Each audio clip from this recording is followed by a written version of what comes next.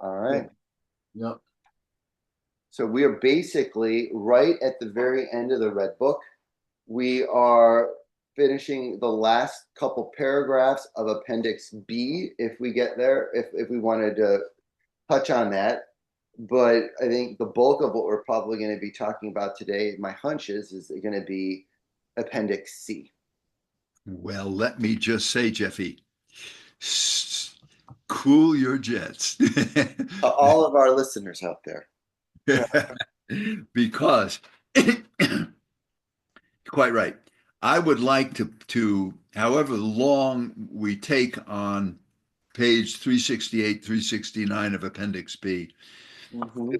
there's a lot here that really touches my heart, mind, and soul. All right. Um, and I guess I would start drawing your attention to the right-hand column on 368, 5 lines down, where he writes, one fails to consider that a discarded world view needs to be replaced by a new one. In particular, one fails to be clear about the fact that renouncing the Christian outlook erodes present day morals. Renouncing childhood means that no emotional or habitual dependence on hitherto valid moral views any longer exists, right? So the question is, if that is the case, can it be replaced by anything? So let's go on a little bit. About 6 lines down, he writes, if we merely reject the dogmatic view, our liberation from the well established will be merely intellectual, whereas our deeper feeling will persist on the old path, right? So, true enough, true enough. Um, the question is the whole personality finding a new way, if possible. Then he says, yet those who notice this will realize with horror that renouncing resumed childhood ousts them from our present times and that they can no longer follow any of the traditional ways. Right? So what we're seeing is worldviews, customs, norms, attitudes, values, all falling apart, which is what's going on in our world today. Right? Then he says they enter uncharted territory, right? Which has neither paths nor boundaries. They lack any direction since they have forsaken all established bearings. That is because they've given up the old traditional ways of Western Christianity, right? They lack any direction since they have forsaken all established bearings. This realization, however, dawns upon very few, since the vast majority make do with half measures and remains unperturbed by the stupidity of their spiritual condition. Right. So, in a sense, what I'm hearing here is forms of fundamentalism, right? That uh, going back to old ways, proven ways. This is the way my great grandfather used to do it, you know. If it was good enough for Moses, it was good enough for Jesus, if it was good enough for so and so, then it's good enough for me. Do you remember the Scopes monkey trials in Tennessee? Right? Those were the slogans. People were marching, singing that song with placards around the courthouse, right? as as their early childhood religious traditional worldviews were falling apart, right? Because, this guy Scopes taught evolution in the public classrooms of Tennessee, and, and they were going to put him in jail for it, right? So this is fundamentalism. This is looking in the rearview mirror. This is refusing to deal effectively with a changing world, right? So then to go on. Some would rather abandon themselves. But then tepidity and slackness is not to everyone's taste. Some would rather abandon themselves to despair than adhere to a worldview completely removed from the well trodden paths of their habitual behavior. So this made me think of, are you familiar with the poet W.H. Auden? Oh, where did your? Oh, there you are. Okay, never mind. Go. I'm with you. Okay. So um, W.H. Auden once said this: we would rather be ruined than change. We would rather die in our dread than climb the cross of the moment and let our illusions die. Right? And I think Auden, in his poetic way, is describing what Jung is talking about here. Are you with me so far? You say that poem again? We would rather die in our dread than let our illusions die. We would rather like um, we would starts out. We would rather be ruined than change. We would rather die in our dread than climb the cross. Uh, oh God, what was it now? Climb the cross of the moment and let our illusions die. W.H. Auden, right? So, That is amazing because that's what that frankly is what I see a lot of people really wrestling with in therapy and analysis and everything. That's the crux of it. Of what do I want to do with my meaninglessness now that I have turned my back uh-huh. Yeah, on the foundation of which my consciousness has been built upon, and rejected Christianity and X, Y, and Z and all of that. right. But yet I find myself still kind of in a way, still struggling with the idea of original sin. And I Uh-huh. still feel existential guilt, Yeah, over being an individual. yeah, And then kind of like, well, what's, but and realizing that, well, that's no solution and that's not working. And then wondering, what do I do now? yeah, What yeah, and which is like the kind of call to literally let their entire concept of reality crumble underneath their feet, which is terrifying as all hell, yeah, you yeah, know. And it's the that's the you hope that you can be put back together again after something like that. I mean, that's scary. That's there's a fine line between being a mystic or a schizophrenic, and um, and so that's why I love this quote, because that is really the existential kind of question. Is like, we would rather die in our own dread than climb the cross of the moment till and let our illusions die. Right? I'm like, that feels to me the question that so many of the people I know, myself included, are faced with, on a day-to-day basis. And that, that that dilemma of letting it die, of suffering, of really suffering it. And yeah. well, so if what Jung is describing here is, um, he writes, some would rather abandon themselves to despair than adhere to a worldview completely removed from the well-trodden paths of their habitual behavior. Right? In other words, I'm going to hold on to what I know, even though it doesn't make any goddamn sense at all. Right? Because it's familiar. Familiarity. Isn't that what is such a shackle on the human soul, right?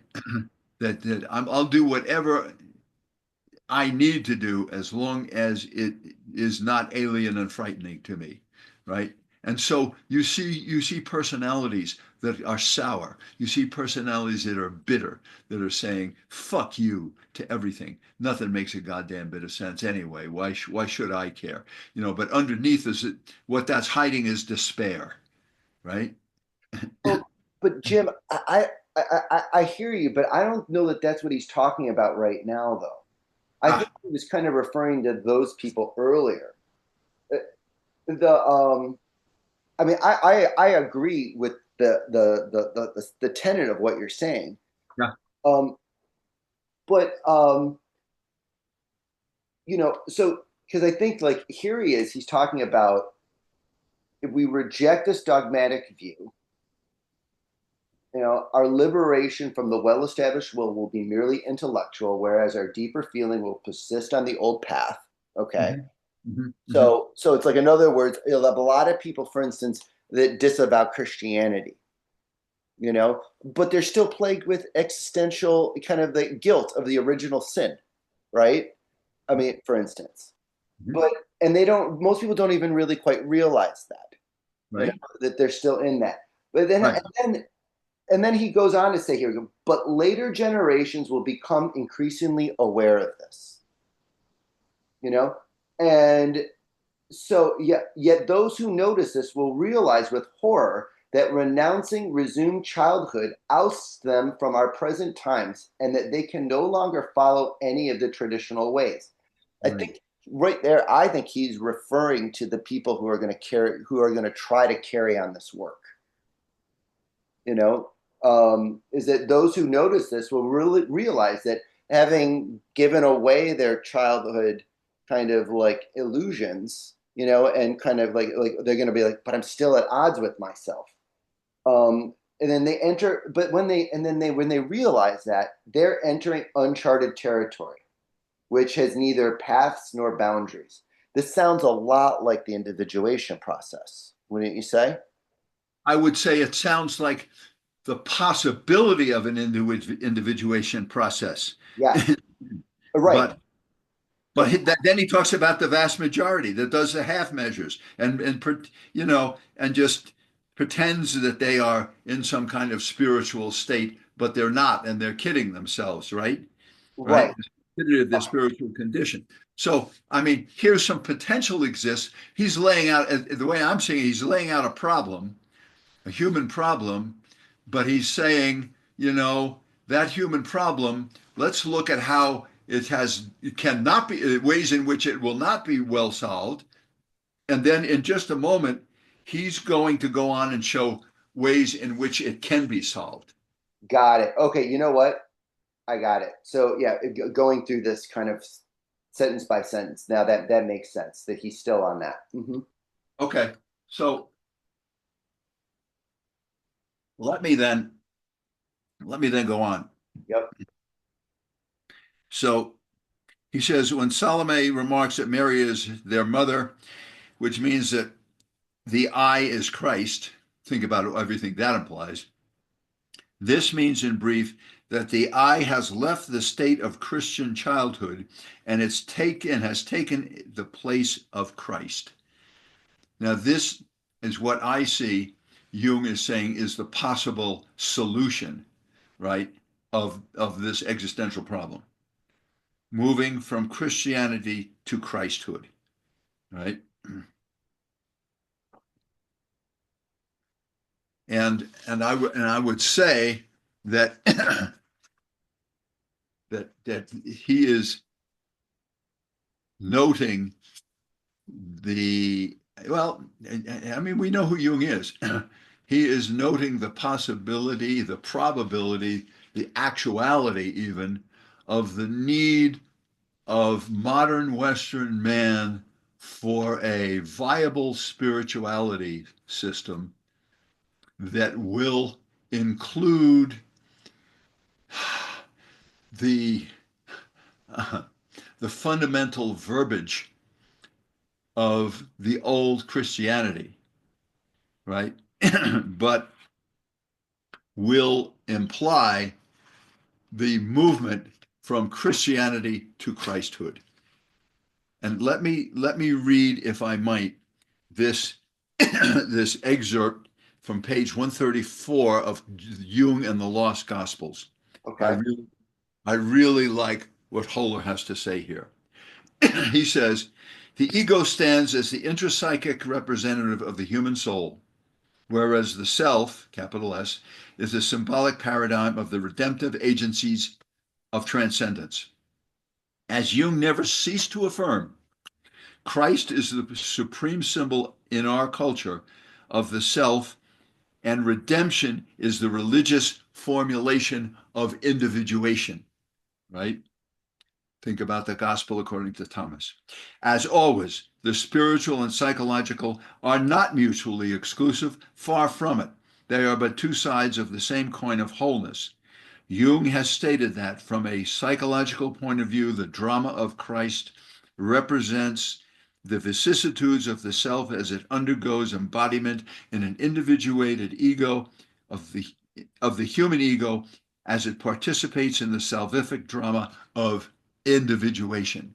So individuation then becomes the new salvation. That means that the God is no longer out there, as in all of the Christian churches and organizations that we are seeing today, even the more liberal ones like the Episcopal Church.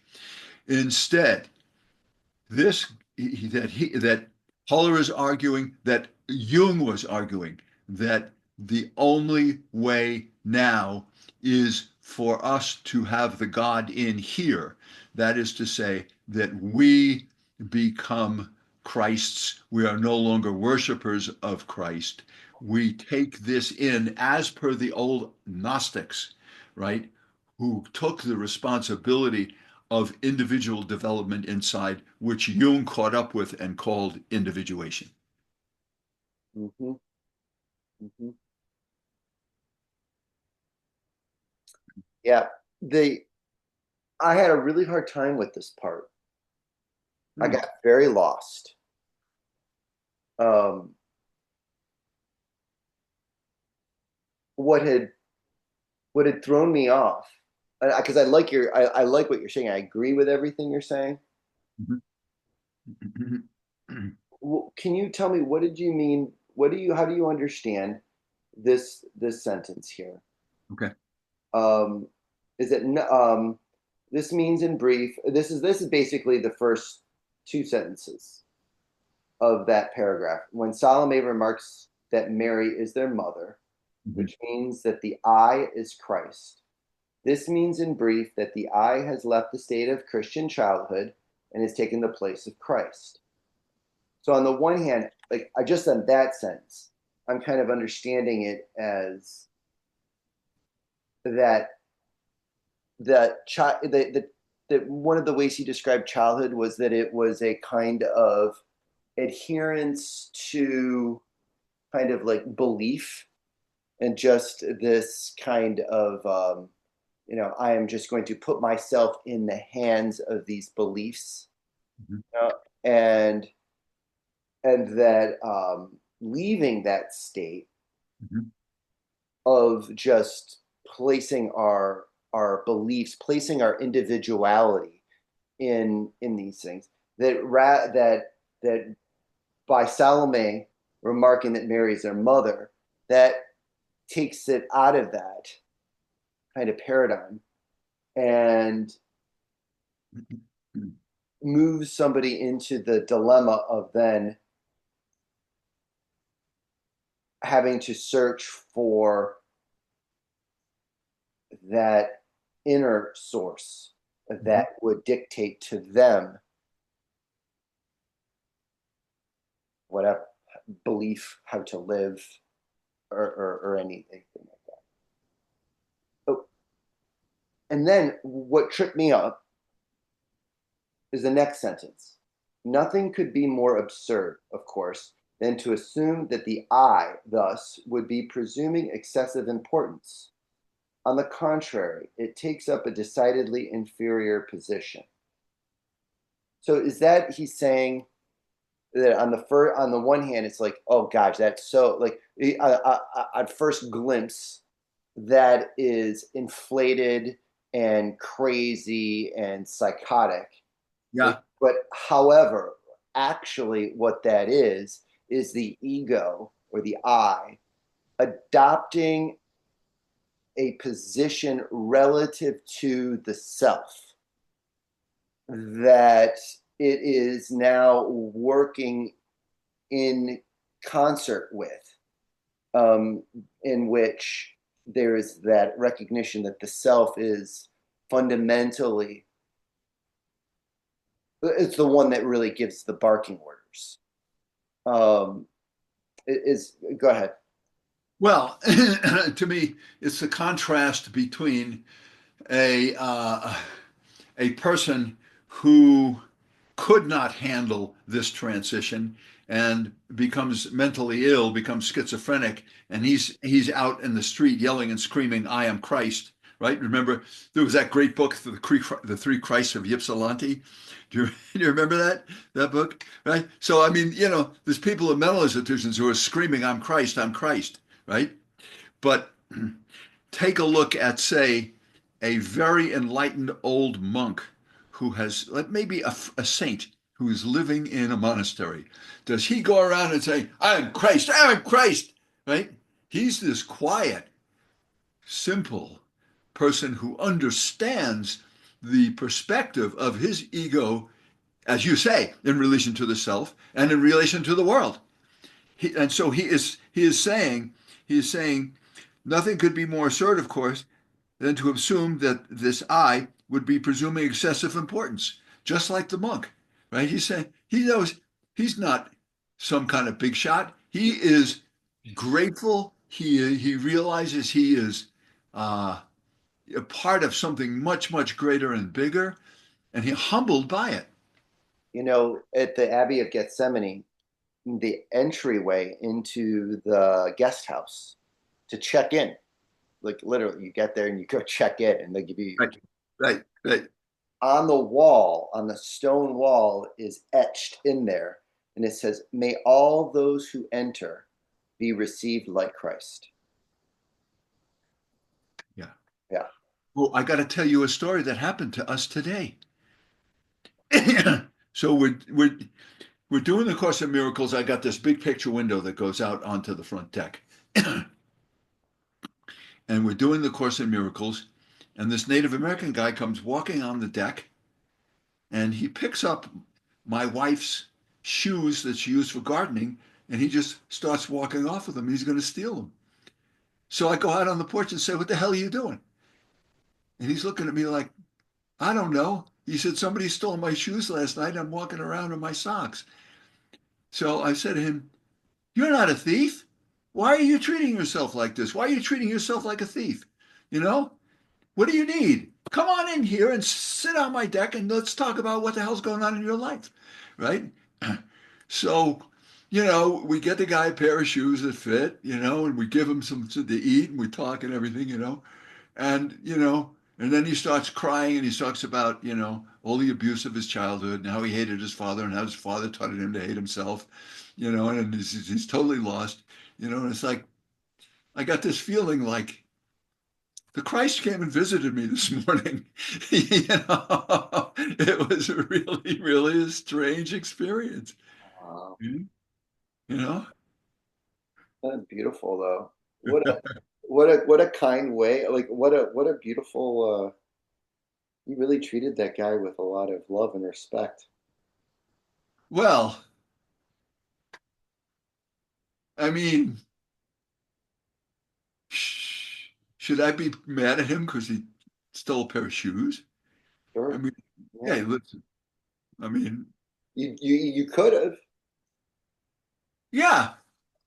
Okay, okay, you remember my 80th birthday party? Do you remember that beautiful bolo tie I was wearing? Huh?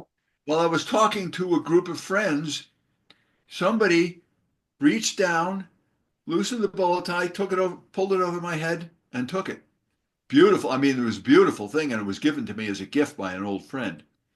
But, I just figured everybody in that party was my family. So if somebody in my family needed a bolo tie more than I did, fuck it, let them have it, right? What am I going to do? So somebody like lifted that off of you while you were wearing it. Just, yeah, I was busy talking to family and friends. They just talk. I figured the guy wanted to look at it. And maybe I didn't even know. I have no idea who it was. Thought maybe the guy wanted to look at it and give it back, but he never gave it back. He went home with it. Wow. Right. Huh. So anyway, I hope he likes it. I hope he's enjoying it. I guess, yeah. I'm kind of sitting here. I hope it turns up. Oh, it's not going to show up. Yeah, It's not. It's gone. yeah. But I mean, I, I just wish I knew who it was so I could say to myself, I know that I would enjoy it more with him wearing it, knowing he's happy with it, Mm, than mhm, I would be. mhm. I just, wish I knew who I could sort of send the blessings to, but I don't know. So good luck to him. Right on. Yeah, I What a word. I hope to be like you someday. Like What? that. Because it would take me a little while to get to there. I think. Hey, listen, I don't buy that shit. I don't buy what you just said. Listen, I see I see an extremely advanced individual in you. Maybe. I don't know. I mean, I'll tell you, I wish that I could have a very long life. And one of the reasons why is I think about your future and I think about, you know, what are you now? About 50? 51. Yeah. Hmm. So, I mean, you've got 40 years, let's hope, of being able to take who you are and what you know and what you've grown into and what you'll continue to grow into in order to give that to the world. I mean, you know, you are really in a blessed place, you I know? think so. Um, and I just wish that I could live long enough to see that keep going on, you know? But to know that you'll be out there doing it, but and it isn't that I don't see my own blessings as well. I mean, I'm getting this feeling more and more that things are just as they of necessity had to happen that way. That all the things in my life that happened couldn't have been any other way because of who I am, what karmic energy I brought at birth, how the world was, at world history during certain parts of my stage of life, et cetera, et cetera, et cetera. And and so it's like I'm living, in this present that could have been no other way. I don't know how else to describe it. And so that allows for an acceptance and a real peace of mind.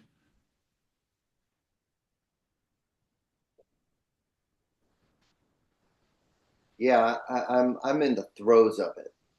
You know, Good. Not of the quite, not of peace of mind quite yet. So, but Well, in I don't the have peace of mind. in the thick of it. No, you said. No, not completely. Shit, no. I wish, you Uh, know. I mean, uh, I, huh. Well, Karen just she gets this shit on her iPhone, and the latest is that they found a scroll tucked away in one of these caves that is a letter from Jesus to his brother James, talking about all the difficulties and existential heartbreaks and fears and agonies that he has as he's going through his life. what? They Yeah, found a scroll that they think is a letter that Jesus wrote to James. Really? When did they find this? quite recently. Wow. I mean, it could be bullshit too. It could be they just made it up. I don't know, but it's interesting. I Yeah. mean, I do what I do. Oh, go ahead. No, no, no. Go ahead. Well, what I do get out of this is, I think it's more and more important that people see the historical and mythological person of Jesus of Nazareth as a human being. What must he? I mean, if he's just out in space somewhere, is he a monster then? I mean, isn't what we're called to do at this point in the ongoing thrust of human evolution, spiritual evolution, that we realize the humanity of Christ and the ability of the Christ to live within us, that we are Christ, that Christhood implies humanhood. Otherwise, what good is it, right? Yeah. I tell you, the so you I like what you're saying there actually, because it's going to make it into my thesis, believe it or not. because because you're saying seeing Jesus as a human being in a way, like that, had worked towards embodying Christhood, and ultimately was able to incarnate, Christhood, or to Yeah, God. And that is my whole thing about Dionysus, yeah, you know, is that I was like, let's also wonder, with as many different myths, there's Zagreus, there's Isis, there's Dionysus, there's so many different names and so many different theories about where he kind of comes from, that they actually think that he was multiple people, mhm, that there's like real theories about it. And so is like, so we look at him as also not just, this is just a myth, but what if this is also like, just like with a paradigm for the individuating ego, yes, and that, here is this Dionysus, born in this trauma, twice died and reborn, all of that kind of stuff, having to struggle and try to, and then ultimately finds his way back to Mount Olympus, yeah. and it's but what I think is interesting, and that, because actually, believe it or not, I was really riffing off that for Appendix C, but that what I think Dionysus kind of is radically similar to the Christ story, and it's an attempt to embody the same fundamental Christhood, or that the basically it's God wanting to incarnate, Yes, yes. and and that what Dionysus does that has been left out of Christianity has been the feminine, the relationship, the feminine, the active engagement with the feminine as a conduit, as a means to actually incarnate, into its ultimate, and also as well as to individuate. Which, and so I like how you put that, with seeing Jesus as a human being attempting to embody Christhood. Well, you didn't put it exactly like that, but pretty close. And that's kind of like, I think, going to be my thesis of my thesis, is let's take a look at Dionysus as that, because I think Dionysus is speaks to Gnosticism, uh, Oh, and which is what I think Appendix C is really, it's like a chthonic gospel.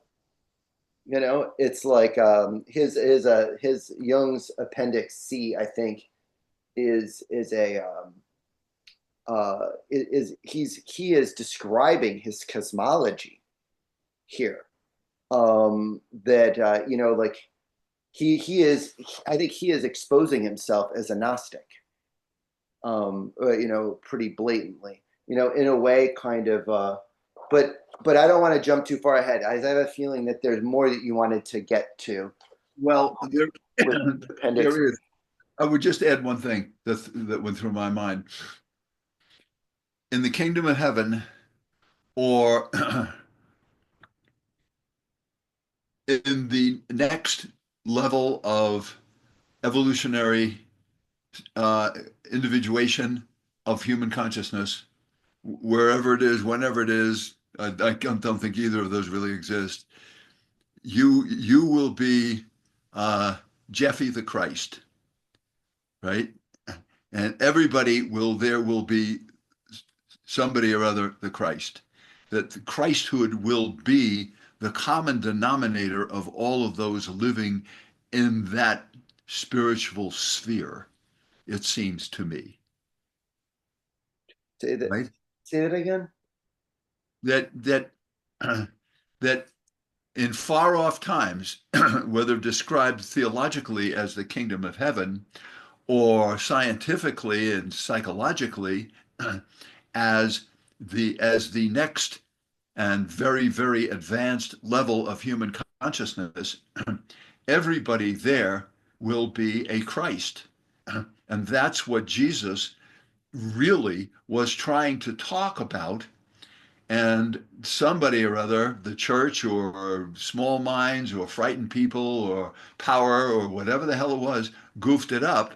And what the Gnostics have been trying, the early Christians were Yeah. trying to see, they understood that all of these things, like he talks about in Thomas and all of these strange cryptic things he says, are ways in which he is attempting to talk to people about, symbolically, metaphorically, uh, how do you move on to this next level of consciousness?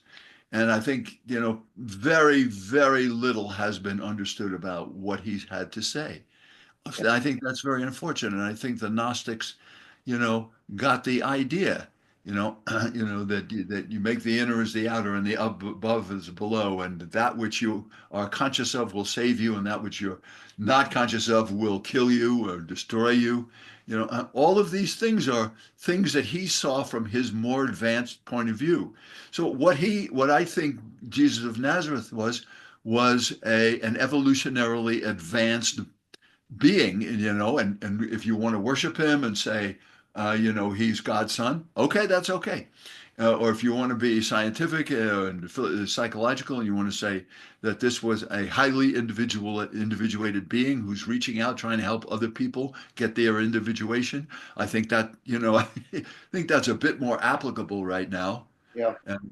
But it's not popular and it's not in my use Yeah. very much. No, and this, see, my thinking is this.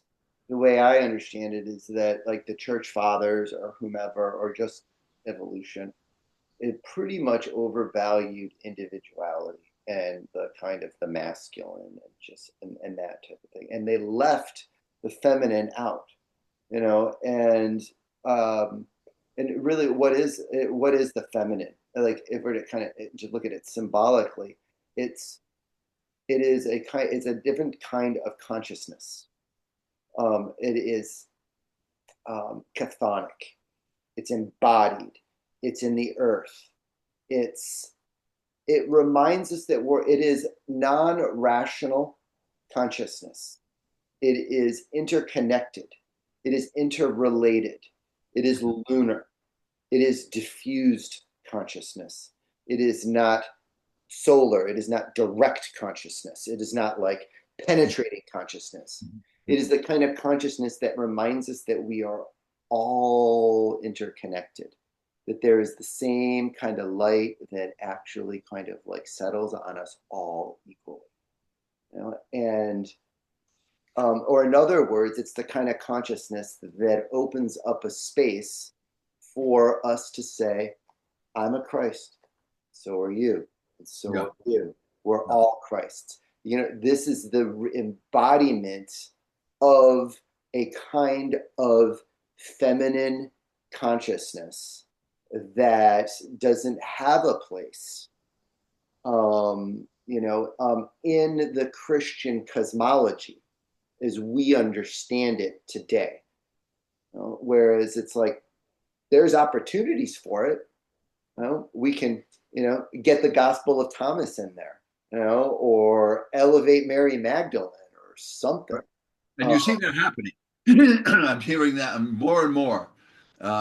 Groups of people getting together and talking about Mary Magdalene, and I do believe that Christ may well have been her lover, and I don't see anything wrong with that.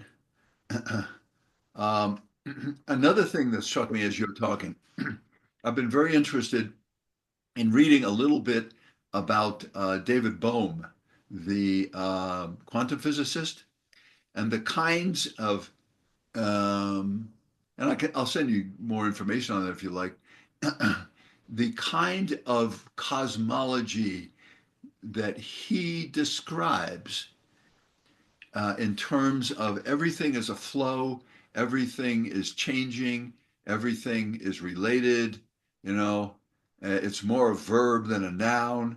Uh, Struck me as you were talking that it's very feminine. This is that what the quantum physicists are seeing is a feminine, very feminine universe as per your description.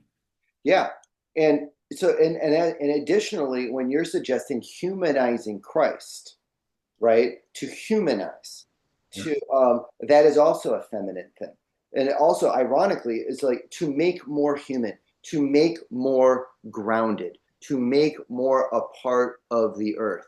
Or in other words, though, the more human we make him as well, the more we join him Mhm. in what he was doing or embodied.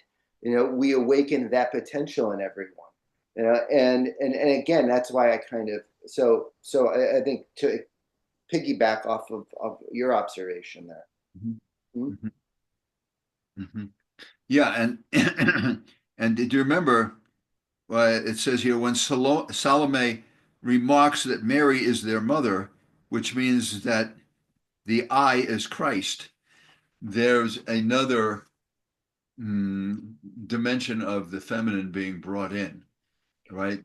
That that if Mary is the mother of God and the mother of all, right? Then then if if the son of Mary is the Christ and Mary is my mother, then I must be a Christ too, Mm-hmm. Mm-hmm. right? Or at least his brother James, who's writing books to, right? I gotta find this, by the way. That sounds really cool that your wife found. It's pretty cool. Um, so just to go on a little bit now, should we go on a little bit? Yeah, Okay. So the last another sentence here, about two-thirds down the right-hand column. Previously, it had the advantage of being part of the crowd rallying behind a powerful figure, but now has exchanged that for solitude and forlornness. Remember, we're talking about the monk, rendering it as alien and lonely in its world as Jesus was in his, without possessing the great man's outstanding attributes. In other words, we're talking about a situation where you become enlightened and it has nothing to do with ego inflation at all, right? But I liked what he said here about alien and lonely in its world as Jesus was in his. I think that's part of if I'm remembering what Karen said, that's part of what the letter was Jesus was writing to his brother is like, I feel lonely, I feel, sad, I feel uncertain, and that kind of thing. But do you remember where he said, he said, birds have their nests and foxes have their dens, but the Son of Man has no place to lay his head. Do you remember that? mm-hmm. Right? So, I mean, that's the suffering of Christhood. You know, it's it's not all the power and the glory. It's if you want to look at the human side of Christhood, it's loneliness, it's suffering, it's sadness, it's uncertainty. You know, it's And as Jung maintains, it's the bearing of the opposites, right?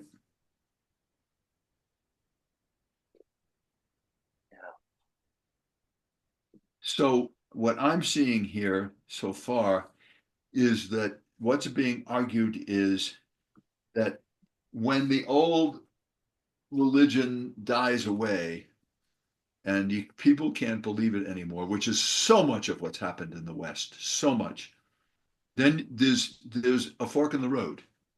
One way is, despair and denial and defense and disaster. And the other one is individuation and the implied Christhood. What are you looking at? I'm pulling something up. I want to send something to you. Oh, okay. I can always tell when you're going to do that because I can see the green in your eyeglasses. Yeah. Yep.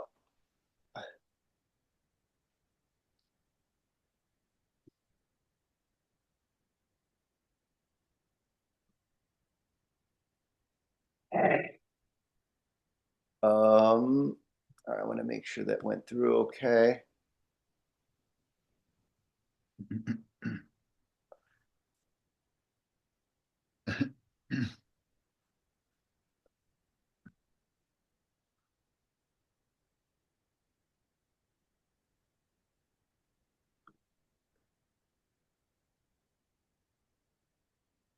Let's see here. Did you get an email? I think you're gonna really like this. Just tell me what title I should look for or something. Just a recording of a dream. Is And that your dream? yeah, so I want to. There's a man who I was in analysis with for a bit. His name was Tom Lavin. He died last year, actually, on the day of when I started my propedeuticum exams, actually. Or he died. No, he died like a day or two before, but his funeral was then. And um, there is he gave this wonderful conference on Christian shamanism. Oh, It's amazing. Actually, I can send you the lectures. There's six. It's phenomenal, and he's such a brilliant lecturer, right? He's such a riot, and he has a dream that he shares in one of his lectures, um, and it's of a modern day shaman, uh, uh-huh. a Christian shaman, and I actually have it right here. You want me to play it? It's a really great dream that he shares from his in his class. That it speaks to exactly what you're talking about. Oh, Um, yeah. let me uh, let me make sure that I can um, share sound. Okay, I'm gonna share sound. Are you able to? Is it? Are you actually seeing the screen right now? Yeah. Oh, you are. Okay. I don't know why, but they said that there was an archetypal clash, I think, someplace. You hear that? Could be. Yeah. Could be. Before we take our break, I want to read you a dream. The one I said was hot off the unconscious. There are certain elements in shamanism. There are certain buzzwords in this dream, which I got the sign release for and was had last week. There are buzzwords in here that you're going to read in Jung or von Franz or any stuff that you read on shamanism. All you need to know is that the dreamer is male gendered. The dream begins this way. Psyche opens my mind to a way of seeing that includes two paths. One is simply a track that looks like a running track. It's an elongated loop that feeds back on itself. It's nice and flat. There's not variety. and there are many men and women running on this track. Then she shows me another path that I can see by standing up above. It goes through hill and vale, and there are places where it turns back on itself and ventures in another direction. It then switches into a new mode and climbs into the hills. There are all kinds of animals and insects along the way. They're moving along this same path. There are only a few men and women on this path. It is the path of the night with a K. It is the path of the night. Psyche says it's only for those who have the courage and the trust of the divine. Right near this track, I see this monastery. There are a number of nuns and priests standing at the door. They beckon me to enter, and I see that there is nothing behind them. It is all a big, huge facade. They say that they have the way of the Spirit within. But I can see there's nothing within.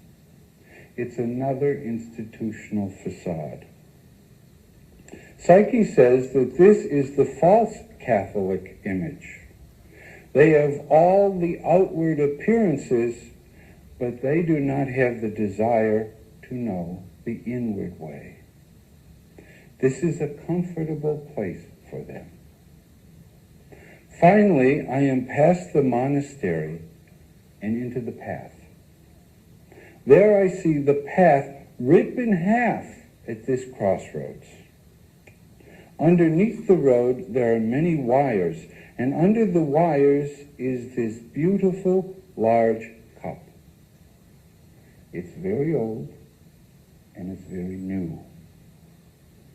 It rises out of the earth, and a bright sunlit beam breaks over the lip of the chalice and strikes me. I then see many golden bits of light that form into 5-pointed golden stars and have strands of golden wire that have packets of energy for something that appears to be like light and sound at the same time, running through these connected stars. It's all so real, yet I know that it is all part of the symbolic. At the end of the field of stars is a work etched in many colors into a rock. It has the word Catholic etched on it. I see that I have to climb over the rock and then continue on the journey. It looks as though the journey never ends. Over to one side, I see the females and males in a race. Psyche speaks kindly of them and tells me not to awaken them. They do not want to awaken. They want this power, and they seek to vie for it. They are not the ones who see the quest. Just give these linear ones, Psyche says, a nod and be on your way. The men and women you need to be involved with are around, but you have to search them out. They are not trying to serve the star ego, and that is why they do not burn brightly in this lesser world.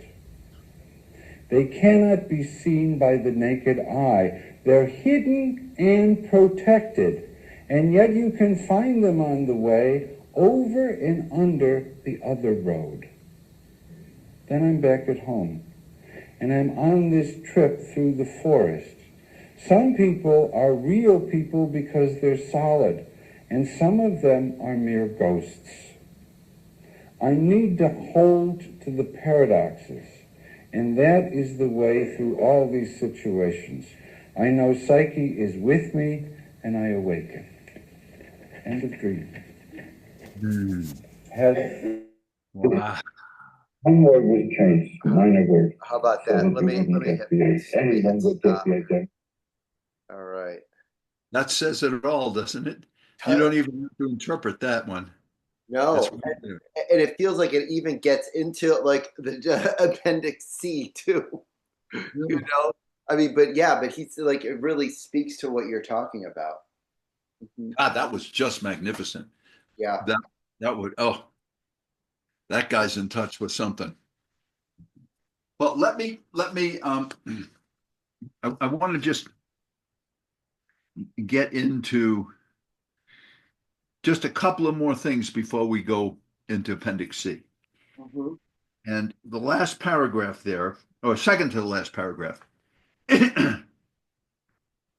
he writes, whoever steps beyond the Christian outlook, yet does so definitely, falls into a seeming abyss and utmost solitude and lacks any means of finding the fact. Of course, one would like to persuade oneself that this is not all that bad, but it is. Now, listen to this. Abandonment is about the worst thing that can happen to man's herd instinct, not to mention the daunting task with which this burden, uh, not to mention the daunting task with which we thus burden ourselves. Destruction is easy, but rebuilding is difficult, right? Individuation is difficult, right? And so what this dream, for instance, that you just put on there is talking about, what Jung is talking about here is just, to me, one of the great instincts of humanity that allowed us to evolve, but which now is such a nemesis to our survival.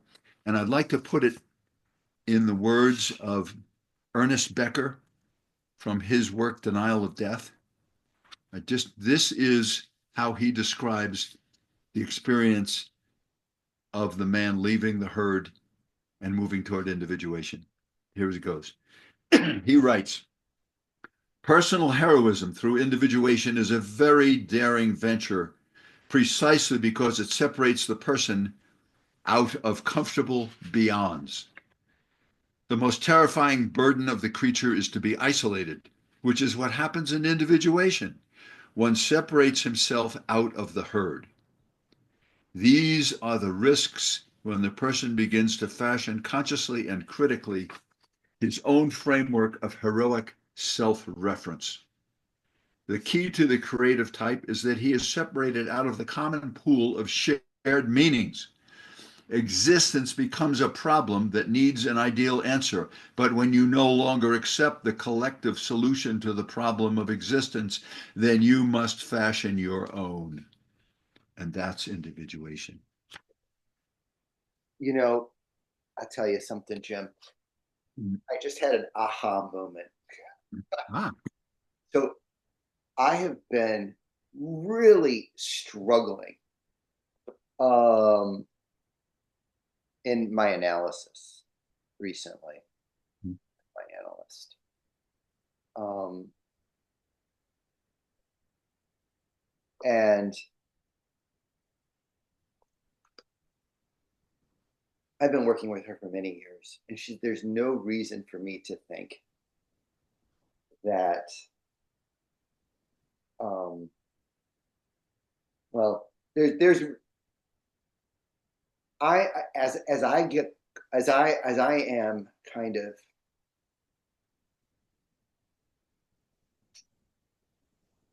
really kind of naming my own I sense of my own personal cosmology, I think is a good way to put it. Um, that I'm also acutely aware of how it is definitely different from hers, from my analysts. Right? They're very compatible, but I think that mine I fall into different traps. I can fall into different than her. And I've known her long enough and done enough work with her that I kind of have a sense of when she goes into complex also about certain things. And she can really working with somebody for that long. It's just you just kind of know. Yeah. And, and as I am becoming more in possession of a kind of sense of the archetypal ground that I stand in, um, then I'm finding it more and more difficult to share that openly with her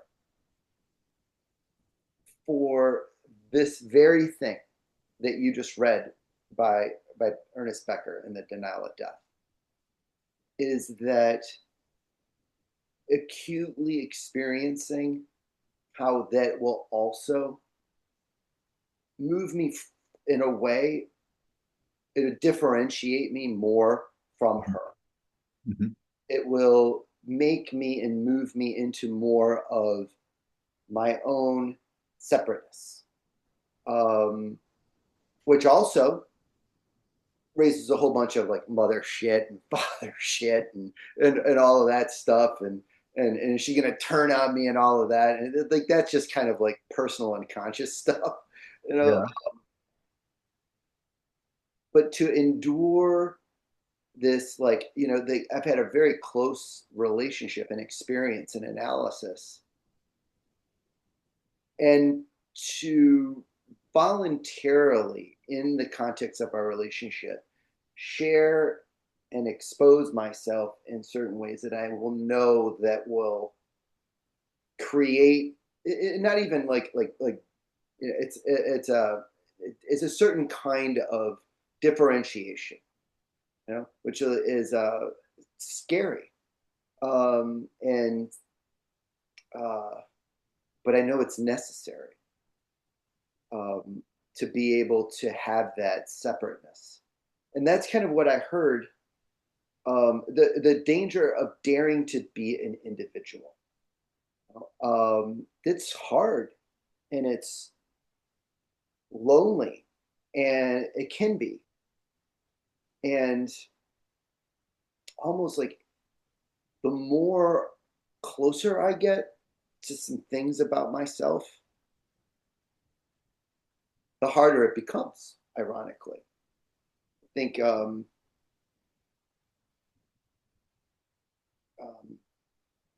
to like exist in kind of like a superficial kind of plane with others makes the differentiations kind of arbitrary and kind of easy to just deal with. Sure. But when you're talking about core, um, a core understanding of just like what my fabric of reality means to me, um, then it's like dealing with like the existential darkness, especially when it comes to. So I'm not sure if that made a lot of sense as I shared it out loud. It's crystallizing in me, because boy, we've been having a real. I've been having a tough time bringing myself out in analysis recently, and we've been naming that and talking about that. Um, but it kind of just occurred to me just exactly what that the territory that I'm in. When you read Ernest Becker there. Well, I have a couple of quotes that I can send you about uh, the world and our relationship to it in terms of uniqueness. But one of them that actually I draws a grin out of me is I'll just paraphrase it is you better know who you are because if you don't know, the world will tell you, right? Right. The world is very interested in telling you who you are Mm. and making you who they want you to be. Right. And you know, I mean, I've been doing some soul searching stuff in that area as well, and realizing, for instance, um, the parts of public education that I did not like participating in at all, whether it was grade school or junior high or high school. You know, it was like there were expectations that, you know, if you want to be in the in crowd, you know, you've got to be, you know, a tough guy. You've got to be, you know, smart on your feet. You've got to be a great athlete. You've got to, you know, say certain things to the young women, you know, and I just I realized that I was not an outcast, but somebody more on the margins of things in public education because I realized that, you know, I realize I have certain strengths and talents, you know, I'm smart, I'm an academic, I like to write, you know, I like to have wine with friends, I like adventure, you know, and I like sex. But and the ironic thing is, you know, of having spent, you know, 4.5 years, almost all of it overseas in the military during wartime, I'm anything but a warrior. I don't like that kind of fucking energy, you know? I don't like that kind, you know, where, you know, I've got to be, you know, I've got to swagger and be the best and the brightest and, you know, all the things that public education really did everything it could to advance. You know, all the guys who made first string on such and such an athletic team, they were the ones that the teachers venerated. They were the ones who got the awards at the banquet ceremonies. Ha da da da, ha da da. You know, well, I'm real. My point that I'm making here is, looking back, I'm realizing what I was and what I was not, and why, and probably why I was born that way, and what my gifts have given me, and what has, what forces have pushed aside society and pushed me aside from society, and that's, you know, to have that insight is useful and comforting, I think. In what way? Because I see a track. I see a calling. I see a purpose. I see, you know, certain characteristics that I had as a very small child that have been developed.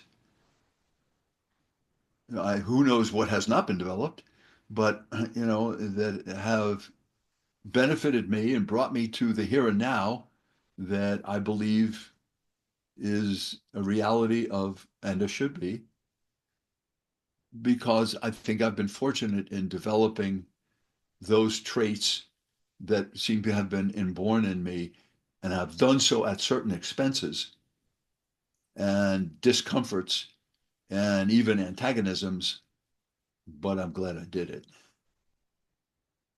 You know, you know, I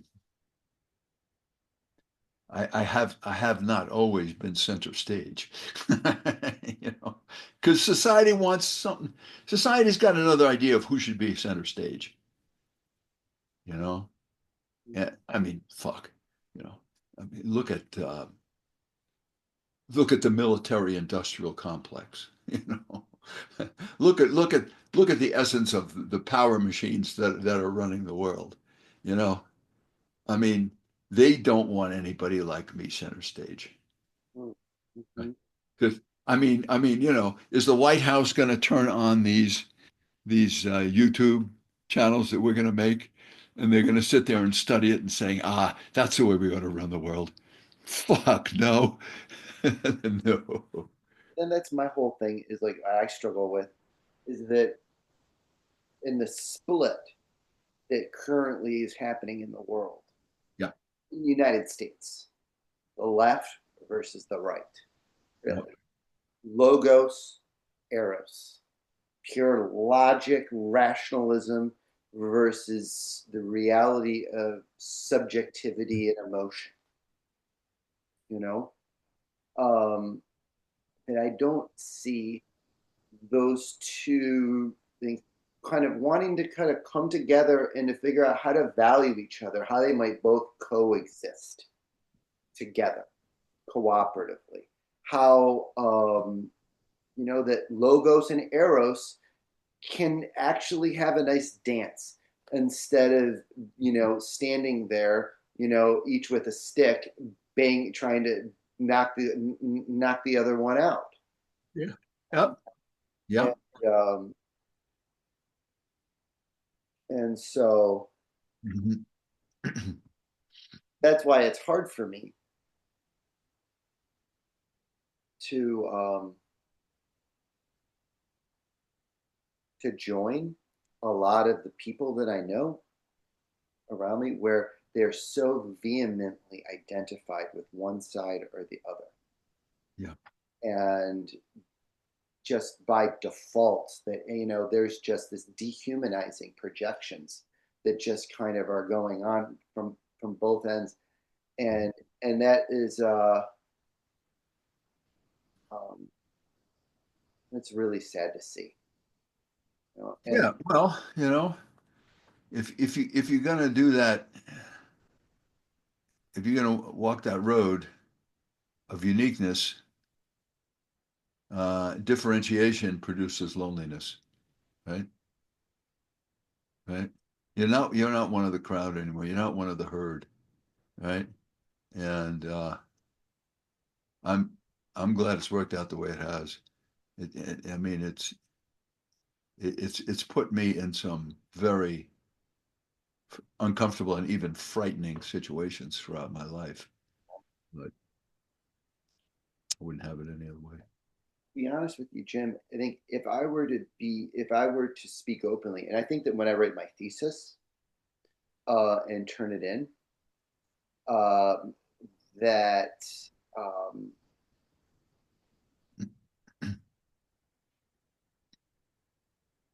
I think that my existence in the analytic community is going to be very difficult. It's going to be difficult. Can you say a little more about that? There is uh,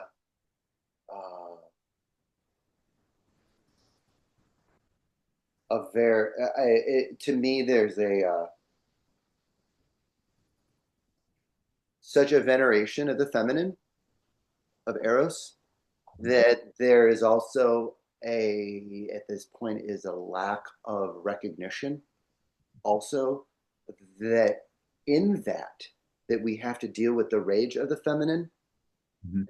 that is very very present, um, and needs to be reckoned with as well, alongside helping to bring a real place for eros in our cosmological view, and to bring the divine goddess back, into the pantheon of our reality. Um, at the same time, I see an unconscious identification with the negative side of the feminine, or the devouring side, the illusion making side as well, and that wants to destroy logos and the masculine and everything like that, and that wants to shame the masculine as well.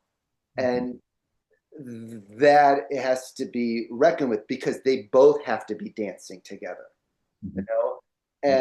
And so it's like an enantiodromia is what I feel like I am kind of swept away in this community, Mhm. and to speak from the middle, that you immediately put a bullseye on your back Yep. about becoming one of the others. I will immediately be othered. Yep. Yep. And so it's tricky. And and tricky being the operative word is like I really need Hermes. You really need what? Hermes, Oh. the help of Hermes, to figure out what I want to do about that. So I don't know. Uh, but I kind of like I oftentimes am scared there to um, speak um, to speak about certain things. Like for instance, anima. Like one of the things, there's a movement in the analytic community that wants to do away with anima animus. Okay, completely, because it's gendered and it's biased and it oppresses women and all of that. And and it's kind of like, okay, like I get Jung was a bit lopsided in his views, and there was some things that he just said that were whacked, right, about women and everything. But if we to look at anima animus as actually it's not gendered, but that it is also an expression of psychological principles of opposites within, and that any man, a man, like for instance, my anima, it shows up, and clinically, I see this. It really, this theory really shows up clinically. I mean, I see it. It's not like, but I see it's like, is there like, no, there's no such thing as anima animus, and we're going to do away with it, and it's pointless, and we just need to just cut our losses and just move on and just get that out of the analytic vocabulary altogether. If anything, maybe we'll call it anime, non-gendered, and that. And so it's kind of like, well, I'm like, clinically speaking, I see a lot of evidence for anima, in a lot of the men I work with. I see animus, show up in that. But here's the thing: is that, for instance, my anima, right? She has a lot of masculine properties. She shows up with, and so, but it shows up as woman for me in my dream life, and um, so it's not like all of a sudden anima shows up and it's just purely feminine. It's like no, anima is a it can hold both, but at the same time, it is like I am a man. I don't know what it's like to be a woman. If there is anything that could embody the unknown, it's going to be the other gender. I don't know what it's like to be a woman. I don't know what it's like to give birth. I don't know, all of these things. So it only make sense that something that would embody, that which I do not know is going to show Uh-huh. up as a woman. Yeah, yeah, yeah. And at any rate, um, but if I and so they want to say, rather than feminine consciousness, they want you to say lunar consciousness versus, and masculine. If you're going to say masculine consciousness, you got to say solar consciousness, or you got to say potent versus receptive. Which I like all these. They're like it's differentiating and it's refining how we kind of understand this. Um, but I'm just like, okay, that's fine. Do I just play the game? But it's hard to because especially since clinically I see anima figures in a lot of the men's dreams that I work with, and vice versa, and with the women, and so where they are attempting the mystical marriage in their dreams, and they're not, I don't see men, so I'm kind of at a real loss about just do I need to split hairs, just go along with it, yeah, how do where am I? How do I see myself in all of this? Mhm. Yeah. Yeah. So I don't know. Yeah. Well, in the interest of time, in order to close out Appendix B, Yep. Yep. Yeah. Oh, we um, have another day because when we hit Appendix C, that's gonna be some really cool shit. okay, so Yeah. we're going to have to decide and figure out when we're going to do that, right? Yeah. Okay, well that's cool. Uh, so whoa, that was my red book that collapsed there. um, just a couple of thoughts from page 369. I happen that you may have underlined some other stuff. I happen to underline this on the left-hand column. Perhaps an equally dangerous, bewitching power resides in good as in evil. So here is how I see that Jung dealt with it. This is the last paragraph of Appendix B. He writes that the disappearance of the serpent denotes that the opposition of good and evil has become ineffective. That is, that at last it has lost its immediate significance. Mhm. For the I, this means a release from the unconditional power of the hitherto binding moral point of view in favor of a middle position freed from the pair of opposites. And of course, don't forget, the pair of opposites is everything that Jung is saying that the individuating person suffers, right? It's the pain of the existence, right? But here he's talking about resolution, right? But neither clarity nor clear view has been gained thereby. Hence, the ascent continues to the final point of elevation, which might grant for the longed for outlook. So, what I'm understanding Jung to be saying in these last paragraphs is his exaltation of the phenomenon of individuation, right? And his understanding of the value of the Gnostics and their point of view, and what they are saying that mankind and humankind and Christianity needs, right? And yet he comes finally to say that what may happen, and if I'm understanding that he's saying what may come as a result of a long and productive life of individuation is a release from this moral point of view of good and evil, and there is a transcendence beyond that, right?